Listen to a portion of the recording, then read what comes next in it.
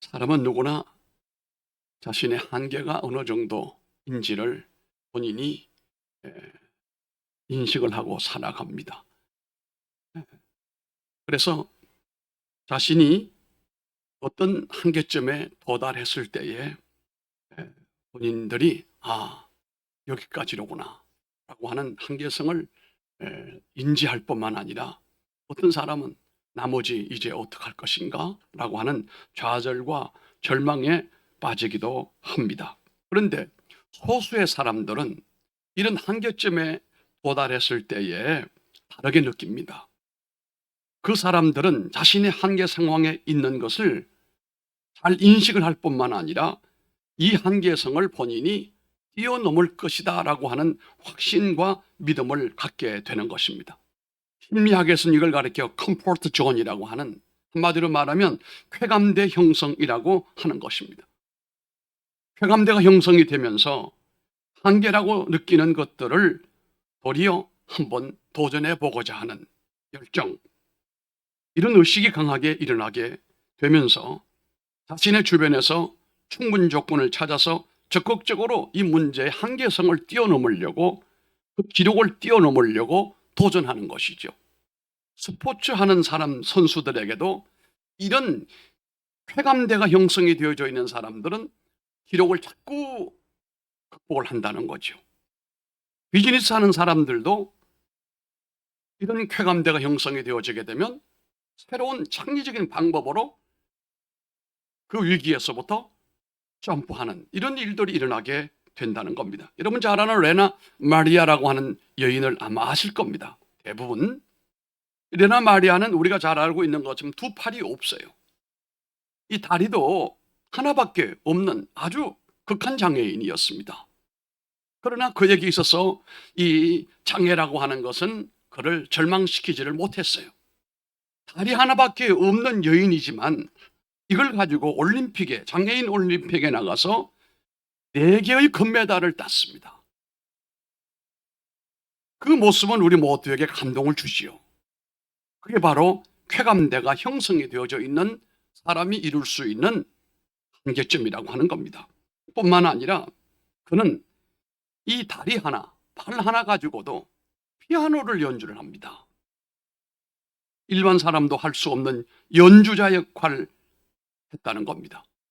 그녀의 목표는 자기 만족보다는 자기 발전이었던 겁니다.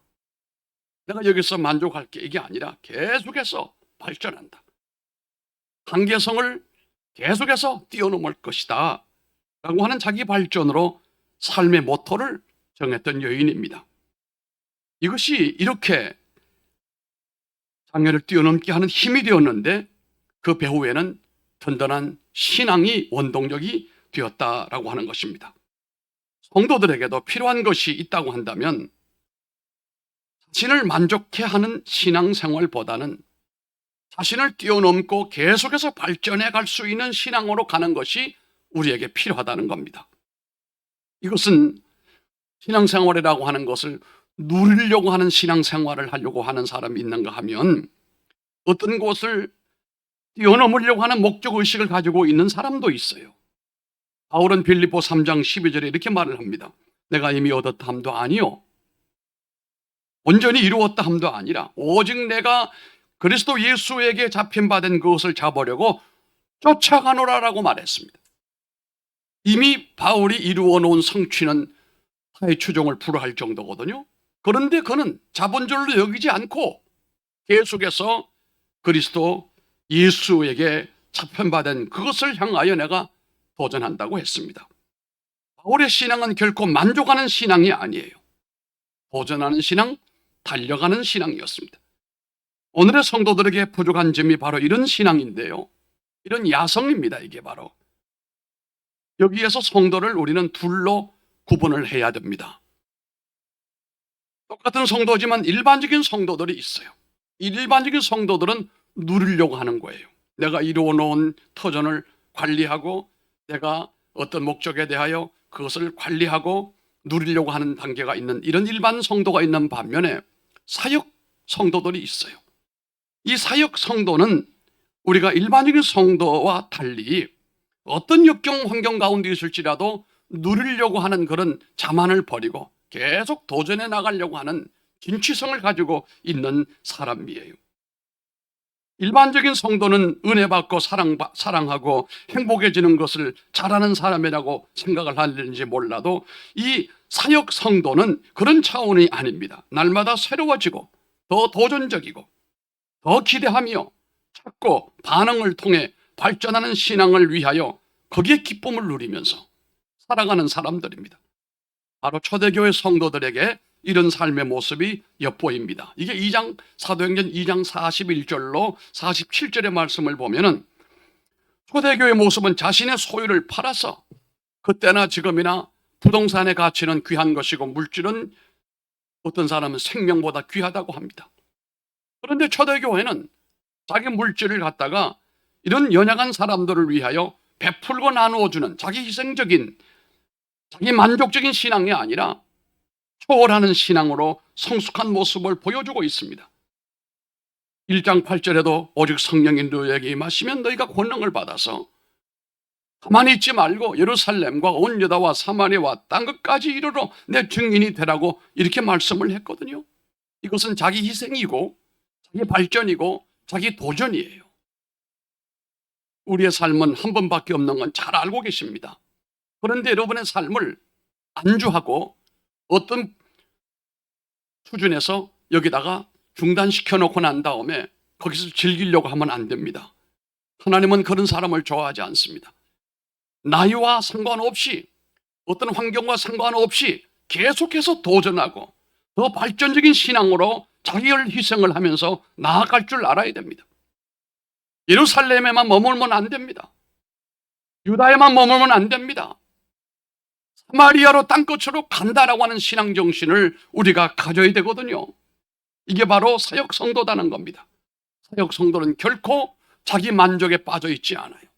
자기 연민에 빠져 있지를 않는다는 겁니다. 성령의 능력을 통하여 자신을 중심으로 했던 신앙의 패턴을 성령의 역사로 바꾸어서 자기를 희생하면서 하나님의 도구로 쓰임받게 하는 이런 역사가 사역 성도들의 참된 모습이라고 볼 수가 있는데, 이런 사람들을 통해서 교회가 발전됩니다.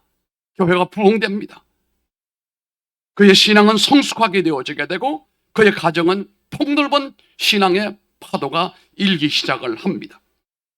그것은 바로 변화에 있는 것입니다. 여러분, 새해가 왔습니다. 세상은 엄청나게 변화되고 있어요. 우리의 신앙에도 믿음에도 엄청난 하나님의 파도가 일어나서 변화가 일기를 주님 이름으로 축원합니다. 이 변화는 세 가지입니다. 오늘 말씀에 보면은 첫째는 삶의 창조적 변화가 일어나게 해야 된다는 사실입니다. 아멘. 이게 15절과 16절의 말씀이에요. 핵심 단어입니다. 그건 뭡니까? 믿음과 사랑입니다. 그 당시에 그들에게 믿음과 사랑은 오늘 우리 시대가 인식하는 것과 전혀 다릅니다. 그들에게 바울이 칭찬할 만한 성숙함이 있었는데 이것이 바로 사역 성도들이 있었다는 겁니다. 사역 성도들은 한마디로 말하여 성숙된 변화의 사람이었다는 겁니다. Why not change the world? 너 왜 세상을 바꾸려고 하지 않느냐? 초대교인들은 그 하나님의 음성에 민감했어요. 그런데 오늘날 2000년 기독교 역사가 이루어지고 있는 이때 와서는 자원주의 세상 속에 있는 교회들은 이 하나님의 요구에 대하여 굉장히 둔감해하고 있어요. 변화하지 않아요. 세상이 너무 많이 변화되니까 세상 변화에 그냥 휩쓸려 가려고 하는데 그게 아닙니다. 하나님의 성령으로 하나님의 말씀으로 세상을 변화시켜 나아가라고 하시는 말씀입니다. 우리는 발견과 창조의 차이점을 인식을 잘 해야 됩니다. 발견이다라고 하는 것은 꾀가 있는 사람들이나 세상적으로 공부한 사람들이나 기회를 엿보는 사람들이 좋아하는 것입니다. 그런가 하면 신앙인들이 좋아하는 것은 발견이 아니에요. 창조입니다. 이제껏 존재하고 있지 않던 것이 새롭게 나타날 때 이것을 창조라고 합니다. 존재하지 않았어요. 그런데 나타났어요. 그런데 존재하고 있는 재료들을 사용을 해서 원재료가 철학적으로 존재해요. 이 재료가 존재하는 것을 가지고 새로운 것을 만들어내는 것은 다른 형태로 만들어지는 것을 가리켜 이건 우리가 발견이라고 하는 겁니다. 인간이 만들어내는 모든 것은 다 발견입니다. 창조주 하나님만이 하나님께서 하신 일이 바로 창조라고 하는 겁니다. 하나님의 창조는 창세기를 보면은 2장 1절 2절 보면은 완성됐어요. 그러나 구약에서 명확히 하나님께서 말씀하기를 다시 새 일을 행하시겠다고 그랬습니다. 이게 이사야 42장 9절이고 43장 19절이고 48장 6절이에요. 강력하게 하나님이 새 일을 행하시겠다는 겁니다. 새 일을 행하시는 이유가 뭘까요? 하나님의 형상대로 지음을 받은 인간들을 구원하시겠다는 겁니다. 예수의 이름으로 그들을 새롭게 하시겠다는 거예요. 오염되고 타락된 영을 새롭게 만들고 새롭게 창조하시겠다는 겁니다. 타락하여 하나님께 범죄하여 영원한 멸망에 이르고 있는 이 사람들 때문에 하나님은 새일 창조를 이루시기로 결정을 하신 겁니다. 교회는 끊임없이 전혀 없는 일, 아니 전과는 전혀 다른 삶의 모습이 나타나게 해야 되는 것입니다. 이것은 단순한 삶의 변화 차원이 아닙니다. 조금 삶을 개선하고 고쳐나가는 것이 아닙니다. 교회에서 겪는 삶의 변화는 새로운 전에 없었던 창조적인 변화가 일어나야 됩니다. 여러분이 예수 믿고 난 다음에 조금 달라지는 정도가 아니에요. 이전 것은 지나갔다. 새 것이 됐다. 완전한 창조의 역사가 나타나게 해야 된다는 겁니다. 오늘 본문 15절 16절에도 보면은 이러한 삶의 창조적 변화에 대한 몇 가지 말씀을 소개하고 있는데 우선 창조적 삶의 변화는 어떻게 시작이 되는 것인가? 이렇게 말씀합니다. 주 예수 안에서, 주 예수 안에 있는 삶이어야 진정한 창조적 변화를 경험하는 삶이 된다는 그런 얘기입니다. 여러분이 교회에 와서 내가 변화되었다고 느끼는 것은 부분적 고쳐짐이 아니고 근본적으로 새로운 변화, 창조적 변화가 이게 일어나야 여러분 가정에 주 예수를 믿으라 그리하면 너와 내 집이 구원을 얻게 되는 거예요. 내가 예수를 믿었는데 근본적인 변화가 창조가 아닌 껍데기가 조금 달라진 것을 가지고는 여러분 역사를 일으킬 수 없습니다. 그래서 우리가 갖게 되는 도덕적 인식이라고 하는 기준 자체를 우리는 달리 생각을 해야 됩니다. 왜 도둑질 하지 말라는 겁니까? 왜 살인하지 말라는 겁니까? 이웃에 대해서 왜 거짓 증거하지 말라는 겁니까? 이웃의 것을 탐하지 말라고 합니까? 그것이 나쁘기 때문이 아니에요. 그건 도덕적으로 차원이 잘못됐기 때문에 안 하는 거 아니에요. 하나님께서 금하신 일이기 때문에 안 하는 거예요. 하나님의 놀라운 삶의 변화가 우리 안에 그렇게 일어나야 된다는 겁니다.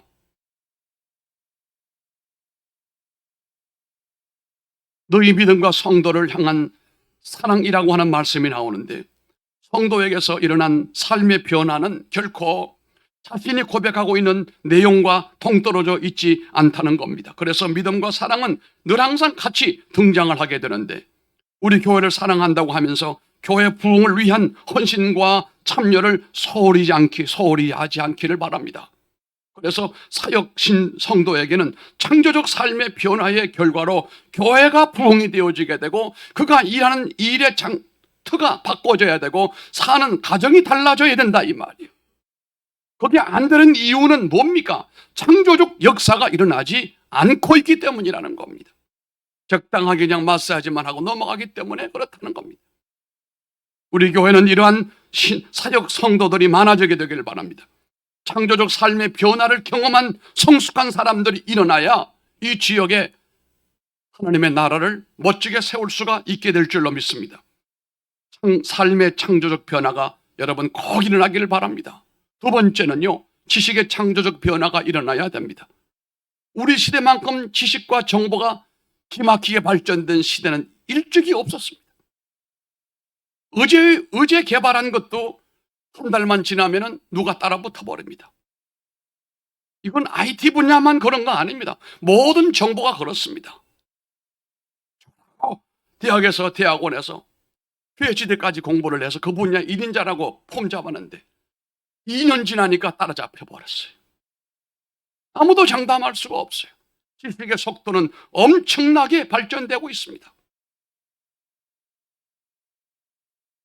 그런데 성경은 오늘 우리들이 가지고 있는 지식을 그렇게 발전하는 것도 중요하지만 이 지식에 변화가 일어나는 창조적 역사가 일어나야 된다는 겁니다. 이걸 다른 말로 말하면 성경에서는 지혜와 지식이라고 말하는 겁니다. 여러분, 잠언과 전도서는 끊임없이 강조하는 것이 뭡니까? 지혜와 지식입니다. 명철입니다. 교회는 이것을 아는 곳에서 창조적 변화가 일어나게 되는데요. 17절 말씀을 보면은 우리 주 예수 그리스도 하나님, 영광의 하나님께서 지혜와 계시의 정신을 너에게 주사 하나님을 알게 하시고, 한번 따라합시다. 지혜와 계시의 정신, 이게 뭡니까? 이게 성령이십니다. 하나님의 지혜와 계시의 정신이 여러분 속에 들어가야 돼요. 이 세상이 소유한 어떤 지식으로도 결코 알 수 없는 하나님의 비밀을 알 수 있게 됩니다. 아무리 오랜 시간 연마한 지식이라도 결코 하나님을 확인할 수는 없습니다. 세상의 지식으로는 하나님을 풀 수 없어요. 하나님을 만날 수가 없어요. 뿐만 아니라 교회가 이 지식을 잊어버릴 때 엄청난 비극을 초래하게 되는데요. 호세아 4장 6절의 말씀에서 타락한 이스라엘을 향하여 뭐라고 그랬습니까? 내 백성이 지식이 없으므로 망하는도다. 내가 지식을 버렸으니 나도 너를 버려 내 제사장이 되지 못하게 할 것이요. 내가 내 하나님의 율법을 잊었으니 나도 내 자녀들을 잊을 것이라고 했습니다.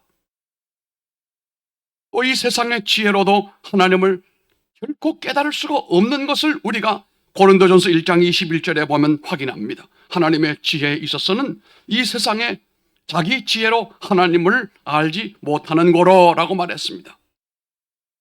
세상의 지혜와 지식을 가지고는 하나님의 창조적인 세계를 알 수가 없고 하나님의 세계를 알 수가 없으며 참된 삶의 기쁨과 행복을 누리기가 불가능한 것입니다. 그저 세상의 꿈을 쫓는 사람밖에는 되지가 않습니다. 여러분의 삶에 창조적인 놀라운 역사가 일어나려면 하나님의 계시의 정신이, 하나님의 지식의 정신이 성령으로 여러분 속으로 들어와야 되는 것입니다. 하나님에 대한 지식이 회복이 되기를 바랍니다.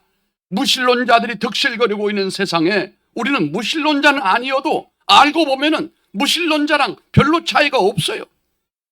하나님을 경험을 하고 하나님을 알고 하늘이 두 쪽 나도 나는 이렇게 살아갑니다라고 하는 사람이 많지가 않다는 사실이에요.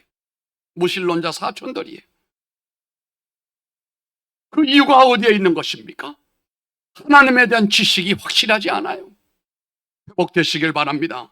그래서 우리의 신앙이 알고 믿고 알고 행하는 것이 되기를 바랍니다. 성령으로 확신을 가지고 믿어야 됩니다. 알아야 됩니다. 그래서 우리 교회 안에도 하나님의 말씀을 통한 창조적인 현장이 되기를 바랍니다. 세 번째는 생명의 창조적 변화가 일어나야 됩니다. 생명의 창조적인 변화 말입니다. 이것을 이해하기 위해서 우리는 먼저 교회는 어떤 곳인가를 알아야 됩니다. 교회는 충만한 그리스도의 몸이다라고 말씀하잖아요. 23절이에요. 교회는 그의 몸이니 만물 안에서 만물을 충만케 하시는 자의 충만이니라. 이 말씀이 참 힘들어요. 이거 해석해도. 그러나 한마디로 정리하게 되면 교회는 충만한 그리스도의 몸이다. 그리스도의 바디다 이 말이에요. 교회가 그리스도의 충만한 몸이라고 하는 것은 그리스도의 생명이 이곳에 가득하고 충만하다 이 말입니다.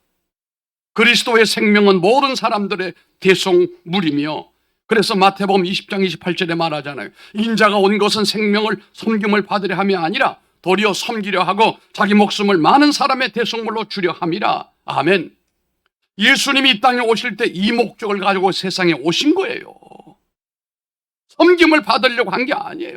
섬기려 하는데 자기 목숨을 대속물로 주려고 예수님이 이 땅에 오셨다는 겁니다. 그랬더니 하나님의 놀라운 역사가 그를 통하여 온 땅에 퍼졌잖아요.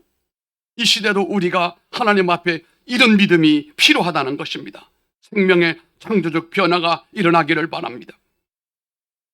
19세기의 최고의 시인이었던 롱펠로우라고 하는 사람, 대학 다닐 때 롱펠로우의 시를 참 많이 여러분들 읽은 분들이 많을 겁니다. 1835년에 하버드 교수가 되기 전에 그의 첫째 부인을 잃었어요. 그리고 스위스에서 둘째 부인 프랑세스 애플턴을 만나게 되고 사랑을 해서 재혼을 하게 됩니다. 그런데 둘째 부인도 1861년에 불행한 사고를 당해서 화상을 입고 결국 죽습니다. 아내가 둘이나 죽었어요. 롱펠로우는 인생의 쓰라린 경험을 겪었던 사람이에요. 롱펠로우가 임종에 가까워졌을 때 한 기자가 물었습니다.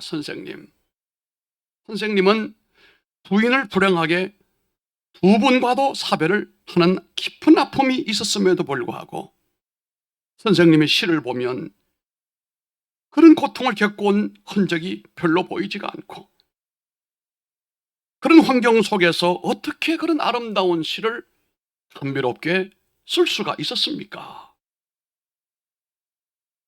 임종을 앞에 두고 있는 롱펠로우가 이런 말을 해요. 기자 양반, 저 앞에 마당을, 우리 마당에 있는 사과나무를 보시오. 사과나무를 보라는 겁니다. 저 사과나무가 내 스승입니다.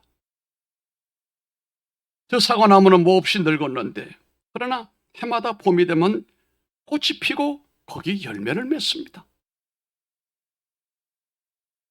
옛 가지에서 새 가지가 나오기도 합니다. 나는 생명 되신 예수 그리스도께 날마다 새 생명을 공급을 받으면서 내 인생에 꽃을 피우며 열매를 맺으며 살아왔습니다. 내 인생의 엑기스는 예수 그리스도가 생명이었습니다. 여러분, 사람은 다 행복하게 살기를 원하는데 자기 배우자가 하나도 아니고 둘이 불행하게 세상을 떴는데도 불구하고 아름다운 시를 만들 수 있고 삶을 생기 있게 살 수 있으려면 그 생명의 원동력은 예수 그리스도가 돼야 되는 것입니다. 전에 누리지 못했던 생명의 역사가 일어나는 곳이 교회인 것입니다. 이 교회는 예수님의 생명의 역사가 매일매일 탄생해야 되고 매주일마다 우리가 힘들고 어려운 삶의 현장에 있다가 주님의 전에 왔을 때 여기서는 생기를 느껴야 됩니다. 도전을 받아야 됩니다. 두 주먹에 힘을 쥐고 세상을 향하여 다시 한번 나아가는 결단의 시간이 되어야 됩니다. 그래서 사람들은 이 마지막 부르는 찬송을 가리켜 파송의 찬송이라고 하거든요. 세상으로 파송받아 나간다 이거예요. 오늘 말씀 듣고 은혜 받아서 이 창조적인 생명을 가지고 내가 세상에 나가서 창조적 변화를 일으키러 나간다 이 말씀이에요. 사랑하는 성도 여러분, 세상은 결코 생명을 낳을 수는 없는 곳입니다. 하나님 앞에 죽은 존재가 되어서는 그를 통해 어떤 생명도 태동할 수가 없습니다. 그가 비록 위대한 정치가이든 경제가이든 학자이든 중요하지 않습니다. 그 속에 예수 그리스도의 생명이 없으면 그를 통한 생명의 태동은 기대할 수가 없고 그저 거도한 인간에 불과합니다. 우리 교회의 이 생명을 위하여 죄를 회개하고 예수님을 구주로 영접하게 되는 역사가 매주마다 날마다 충만케 되기를 바랍니다. 전도하는 것도 바로 이 생명의 창조가 교회에 있다는 사실을 보여주는 거예요. 힘들고 어려운 세상인데 교회가 나가서 사랑을 전하고 생명을 전하고 구원의 길을 인도한다는 건 교회에 뭐가 있다는 겁니까? 하나님의 창조적인 생명이 있다는 사실 아니겠습니까? 죽은 교회는 전도도 안 합니다. 선교도 안 합니다. 그러나 살아있는 교회는 나가서 하나님의 생명을 전하고 복음을 전하고 사랑을 전하게 되어 있습니다. 왜 그럴까요? 그 교회 안에 하나님의 창조적인 힘이 있기 때문입니다. 오늘날 교회는 창조의 현장이 아니라 마치 복제의 현장처럼 보일 때가 너무 많습니다. 그저 예배를 드리고 난 다음에 돌아가는 표정을 보면은 별로 감동도 없고 도전적인 삶의 출발점이 아니에요. 저 모습을 한 주간 어떻게 저분들이 살아갈까? 그리스도인의 삶이라는 것은 학습되어 복제되어 있는 것이 결코 아닙니다. 여러분 신앙생활은 이제까지 배웠던 내용대로 답습하고 복제된 삶으로 연속으로 가는 건 아니에요. 그걸 가리켜 다람쥐 쳇바퀴 돌린다는 겁니다. 이러는 사이 세상은 엄청나게 빠른 속도로 발전하는데 그렇게 해서 되겠습니까? 이 변화의 시대에 우리가 그 사람들보다 더 빨리 나아갈 수 있으려면 하나님의 창조적인 에너지와 창조적인 능력을 공급을 받아야 된다는 사실입니다. 하나님은 어느 시대든 간에 어느 시대이든 간에 가장 최선이고 가장 유행입니다. 우리의 지식과 지혜라고 하는 것은 열심히 노력해서 쌓아 올리는 것이 아닙니다. 예수 그리스도 그 안에서 새롭게 창조된 지식과 지혜가 여러분들의 지식과 지혜가 되기를 바랍니다. 우리의 생명은 태어나기 때문에 그저 사는 것이 아닙니다. 험한 세상에 태어나가지고 왜 이런 고생을 하느냐? 세상을 한탄하고 세상을 원망하고 잘난 놈도 많은데 나는 왜 이렇게 고생을 하는가? 이렇게 세상을 한탄할 게 아니라 거듭나고 중생되어 하나님의 창조적인 새 생명을 가슴에 안고 세상을 향하여 독수리처럼 날아가는 여러분들이 되기를 바랍니다. 함께 우리 기도하겠습니다. 잠시 눈을 감겠습니다.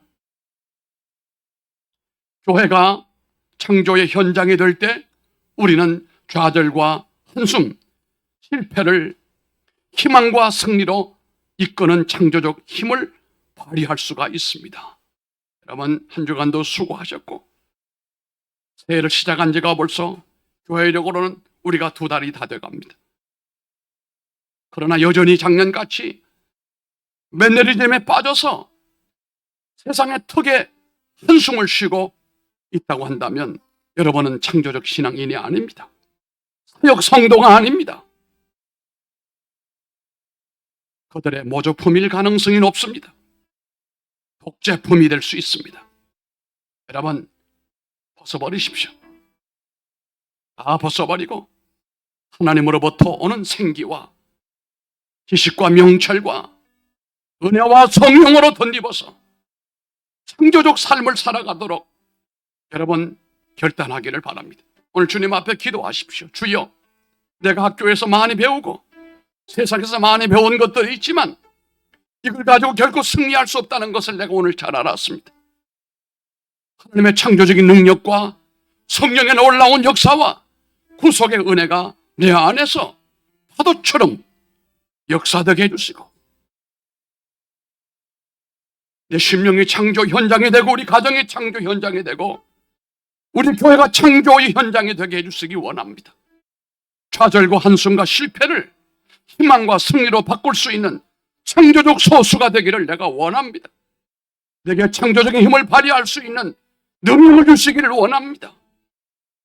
그저 사는 것이 아니고 이 세상에 던져져서 고생만 하는 인생이 아니고 나를 통한 하나님의 창조적인 놀라운 역사가 일어나는 꿈을 꾸고 꿈을 성취하는 성도가 되기를 원합니다.